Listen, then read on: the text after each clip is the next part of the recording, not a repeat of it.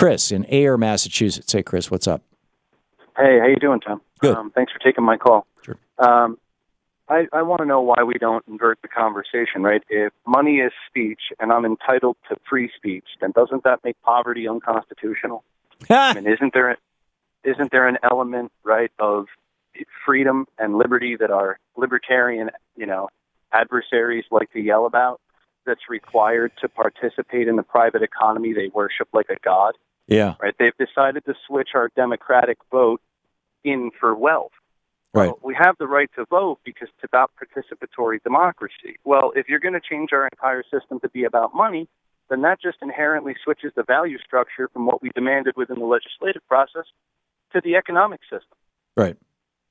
Which is what it's done. I mean, basically Reaganomics, libertarian philosophy, conservative economic philosophy, neoliberalism, whatever you want to call this, that has been in place since 1981 and has been getting more and more and more extreme and more cancer-like in the 34 years since then, 33 years since then, has moved our political. It used to be that our political world and our economic world were separate. That was the whole point of Lewis Powell's memo to Eugene Sindor, his friend, neighbor, and the head of the U.S. Chamber of Commerce in 1971.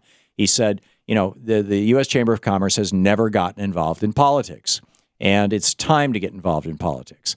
And, then in 1976, Lewis Powell, by that time, Richard Nixon had put him on the Supreme Court, and he authored the Buckley case, which gave, corporate free speech, which gave which said that speech was